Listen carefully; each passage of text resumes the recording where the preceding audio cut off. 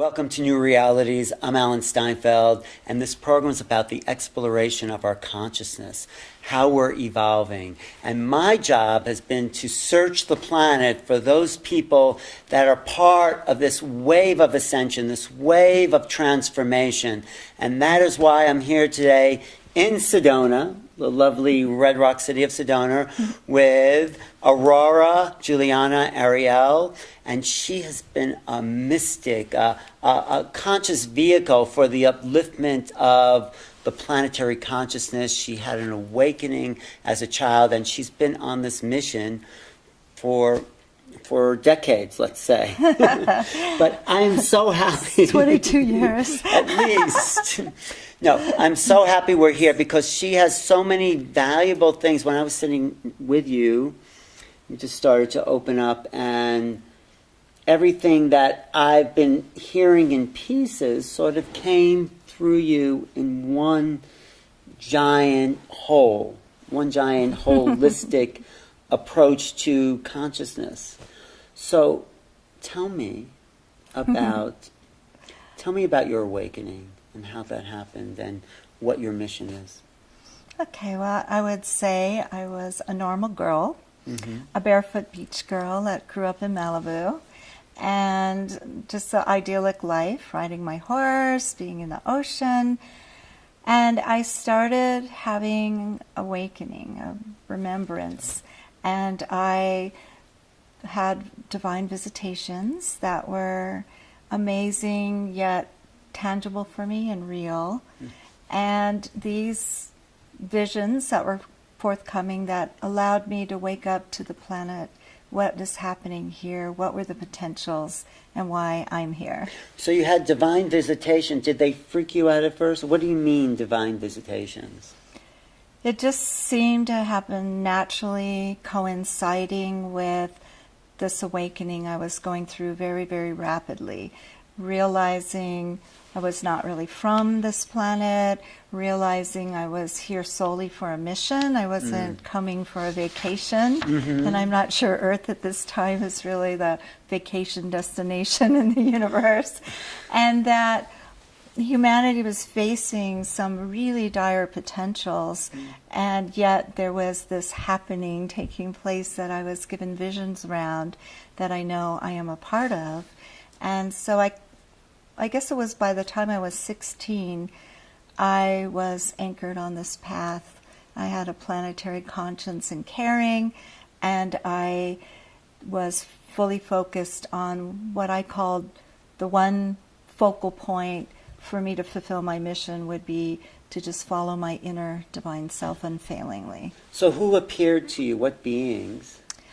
Well, at one point, I was staying in Silverton, Colorado, up in the high mountains, about 12,000 feet high on a ridge, and it was surrounded by just magnificent tall peaks, tall 14,000-foot peaks. And it was there I was just in a very deep process of awakening over a few months, and I was 18. And one day I got drawn to go to the very top peak, and there angel, I don't know who he was, masculine and very big, appeared to me. Sounds like Michael. It was somebody, I'm whatever. Not sure. So yeah. appeared to you. I mean, I have met Michael and others of the archangels now and all that, but this one didn't give a name, but he showed me a lot of the dire potentials that were soon to come upon humanity. And I had never read about anything like this or heard about it. But years later, I actually read Casey and some other seers, and it was exacting. The potentials were exacting. What were the potentials of the negative? Great, like California going, and a lot of earth upheavals and water inundation and things like that. And just humanity in travail. And yet he showed me, it's like he transferred a key.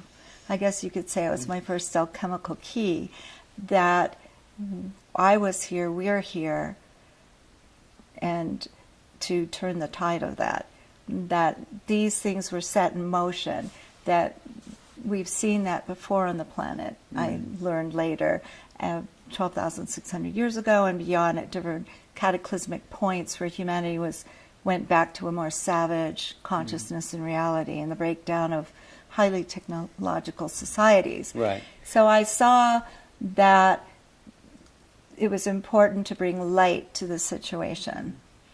And I also knew by then, the only thing I knew about my mission was that I was a vessel of healing and light for the planet. I didn't know I would grow into a global healing mission. But what is your big healing global mission now? How would you sum that up for people, if you could? Well, it has 7 vehicles of positive planetary change. And so through the Temple of Sacred Alchemy, we have a lot of global healing forums that I facilitate monthly with my connection to the divine realms as a vehicle and vessel of these divine healing activations. But what is the actual?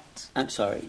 What was the actual mission, though? What do you feel like you are here to do specifically with your work? Personal and planetary transformation, helping the planet go through this upgrade and humanity to be upgraded to transform the codes of suffering and all that has been in the DNA that's kept humans not actualizing a greater potential, and to move the planet into freedom, enlightenment, and peace. But that's such a key point, the codes of suffering, because that's what we've been trapped in for, 50,000, 100,000 years?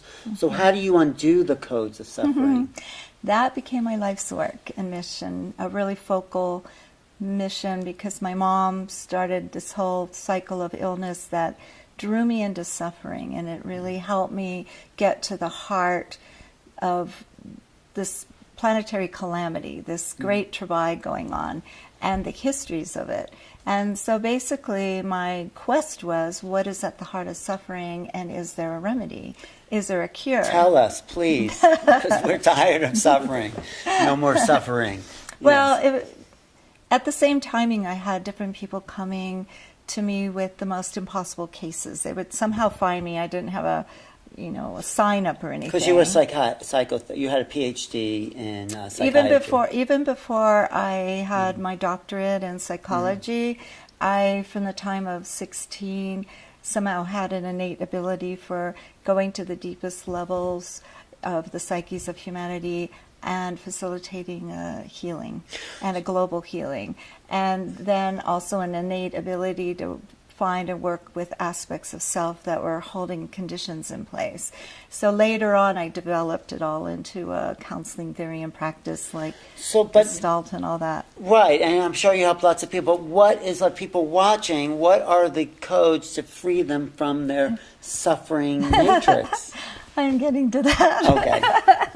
I definitely am going to share. Okay. But I just want to give a little background to it, okay, because I think it's important that, it has been a quest, and that with all these impossible cases coming to me, things that people have thought were unchangeable, irreversible, or incurable, I was able to figure it out. And I found in thousands and thousands of cases, 100% of the time, that all the adverse conditions we're faced with that create misery and suffering are coming out of the unconscious and the subconscious.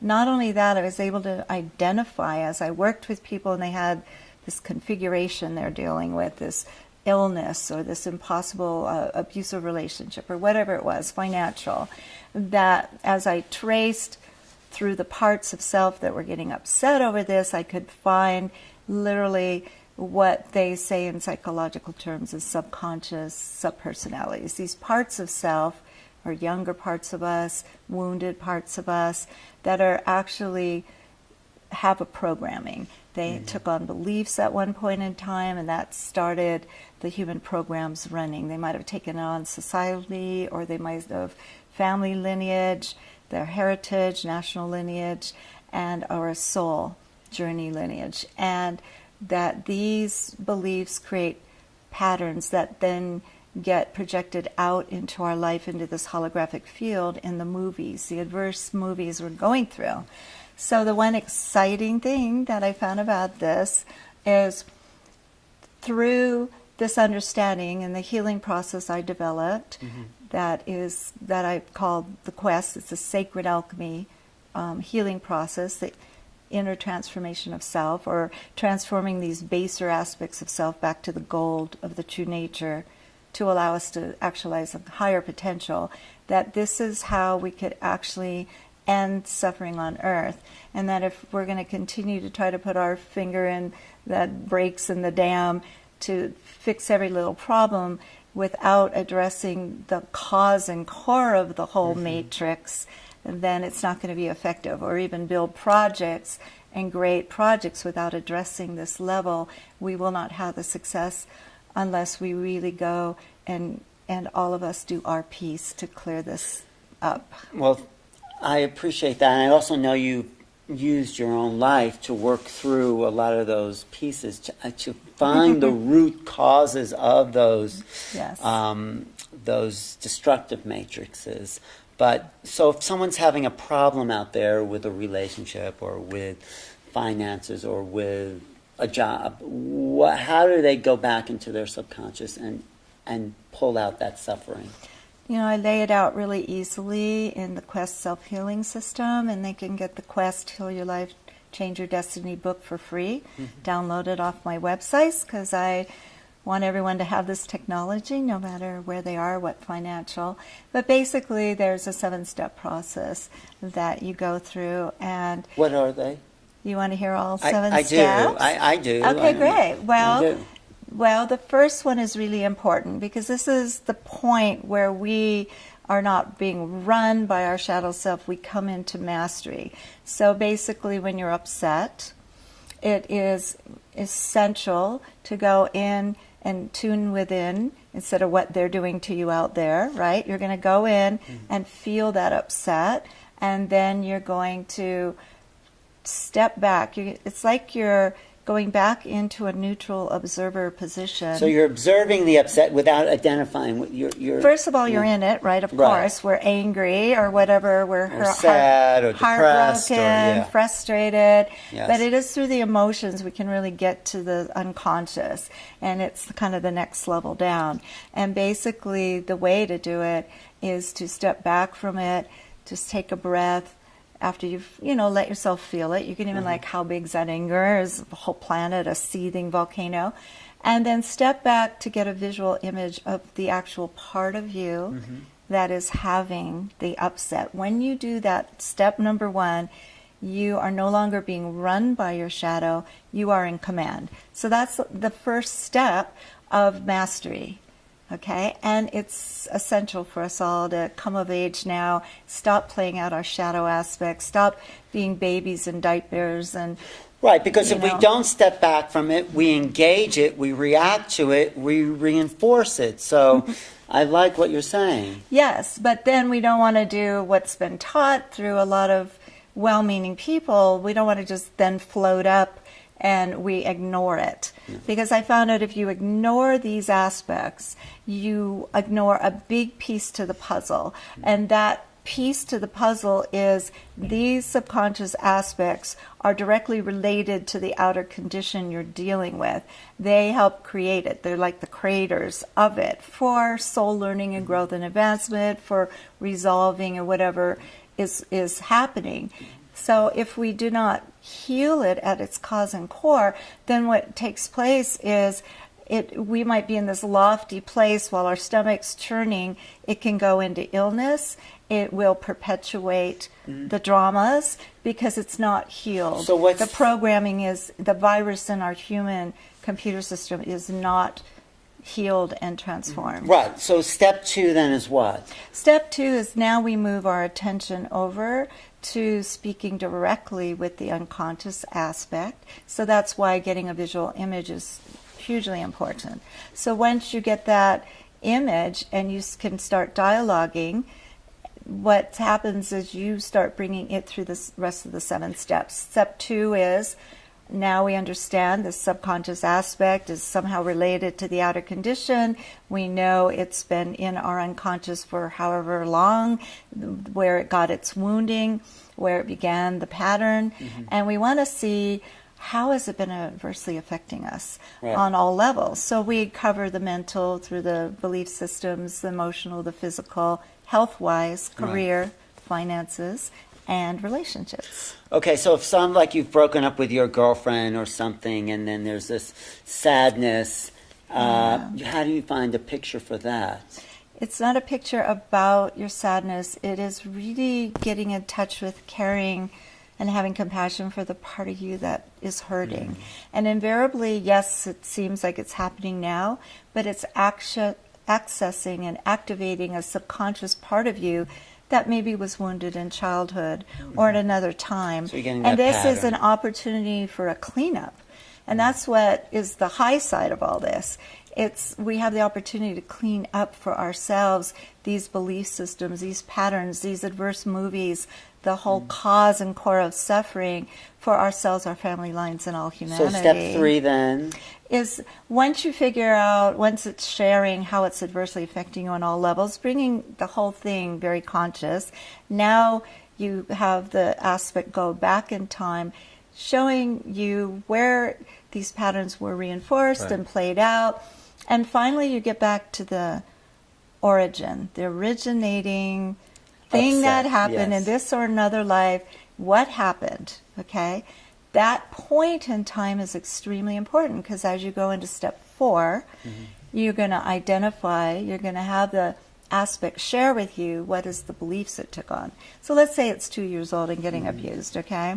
Well, of course it's going to be, I'm not loved, I'm not wanted, it's not safe here. Or this is how I get love, by feeling abused, it's like all these stories we make up. Well, yeah, the wiring of this is love. Yes, exactly. Yeah, so when that happens, and which is really exciting in my work, I've been able to help people get free of cycles of abuse that maybe even went 60 years, starting in their childhood, every single mate.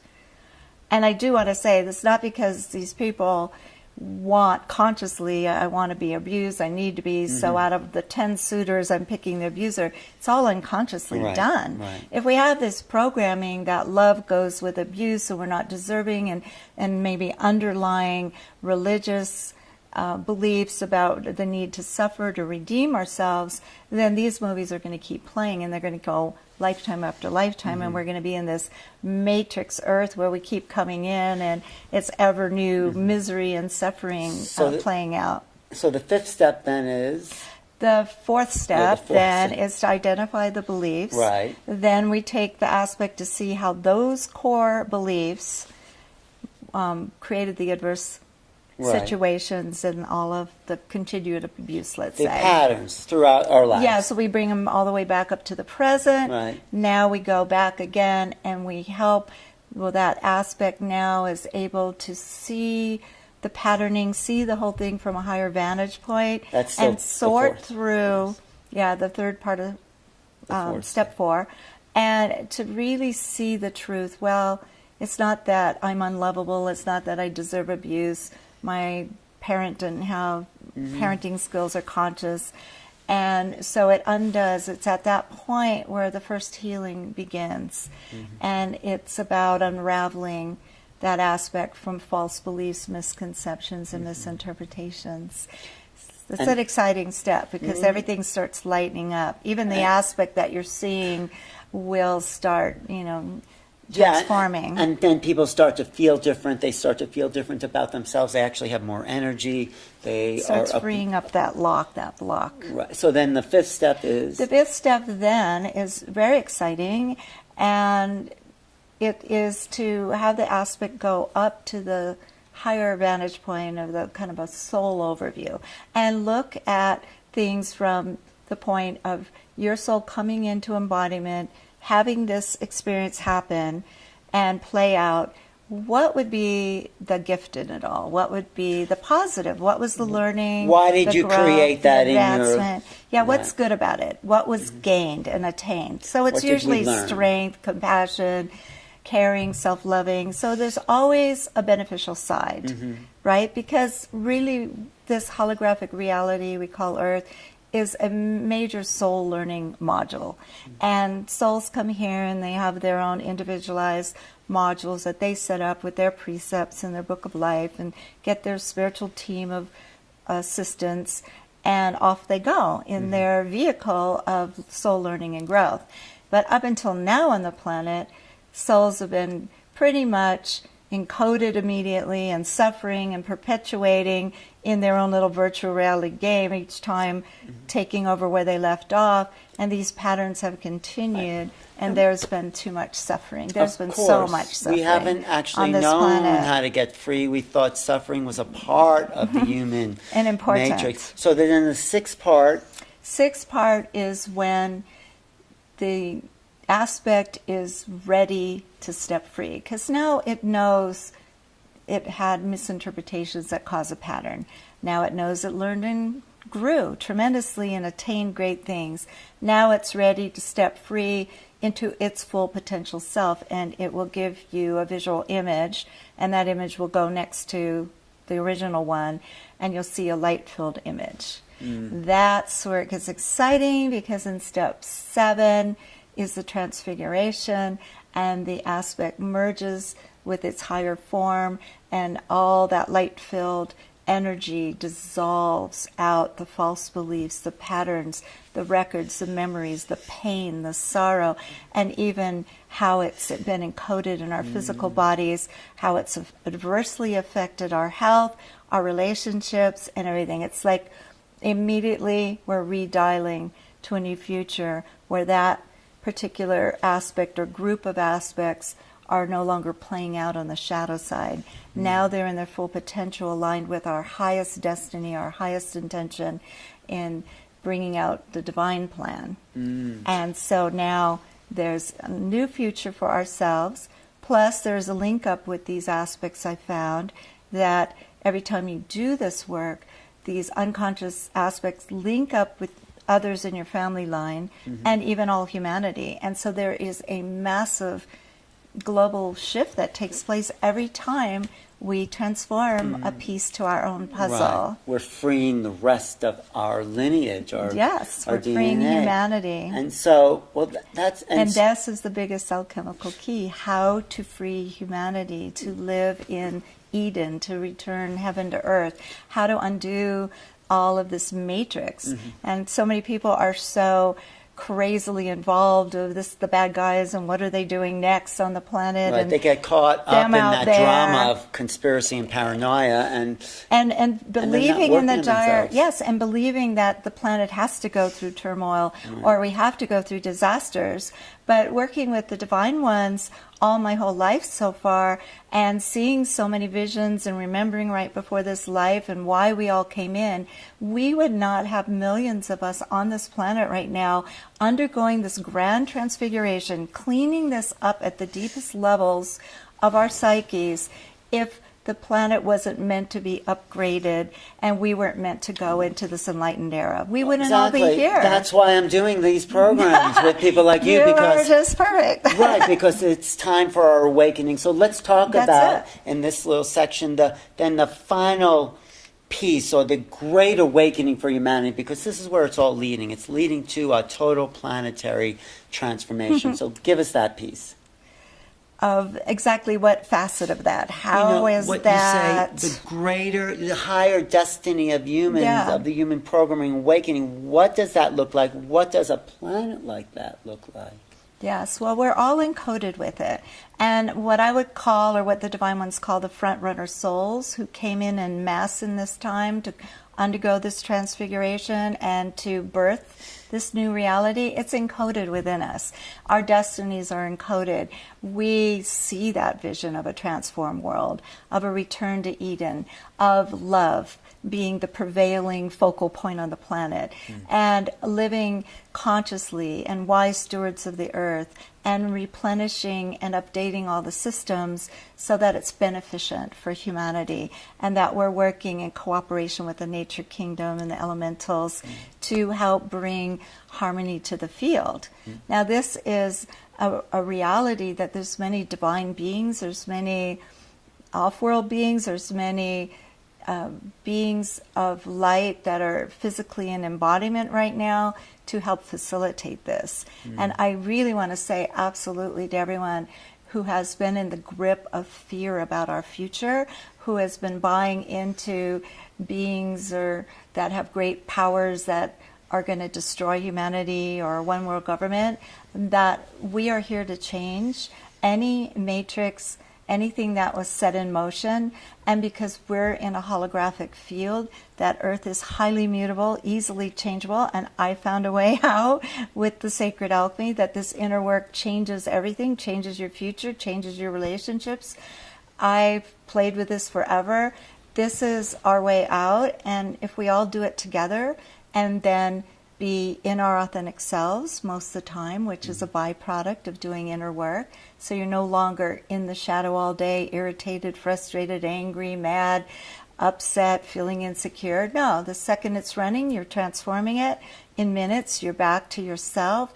In this proactive, positive self, you are a vessel of a greater light and intention for humanity. And whatever spirit creates in and through you, beautiful music, healing architecture, whatever it is that added piece that is transforming our world. And in this way, we're working together across the planet. Everything's getting upgraded. Thank you, Aurora. You're welcome. For your gifts and and knowing that there's a better future. There is a future that awaits us that is of our highest potential, that is the golden age. It is the return to Eden. It is the empowerment of the authentic self as we come into the God codes that we have forgotten. So we'll be touching on that in the next couple of programs. Thank you. What's your websites? You can look under aurorajulianaariel.com, and I have a YouTube channel. There's many, many, many offerings through that, and sacredalchemy.com, which is the temple, and the Global Healing Mission. There is Global Healings every month that I'd love you to tune into, because the Divine are rocking it in helping clean up a lot of this for us, even as we're doing our piece. Okay, you've heard it here on New Realities. I'm Alan Steinfeld with Aurora Juliana Ariel, and we'll be bringing you more exciting programs. Thanks for watching. The good news. The good news, the God spell.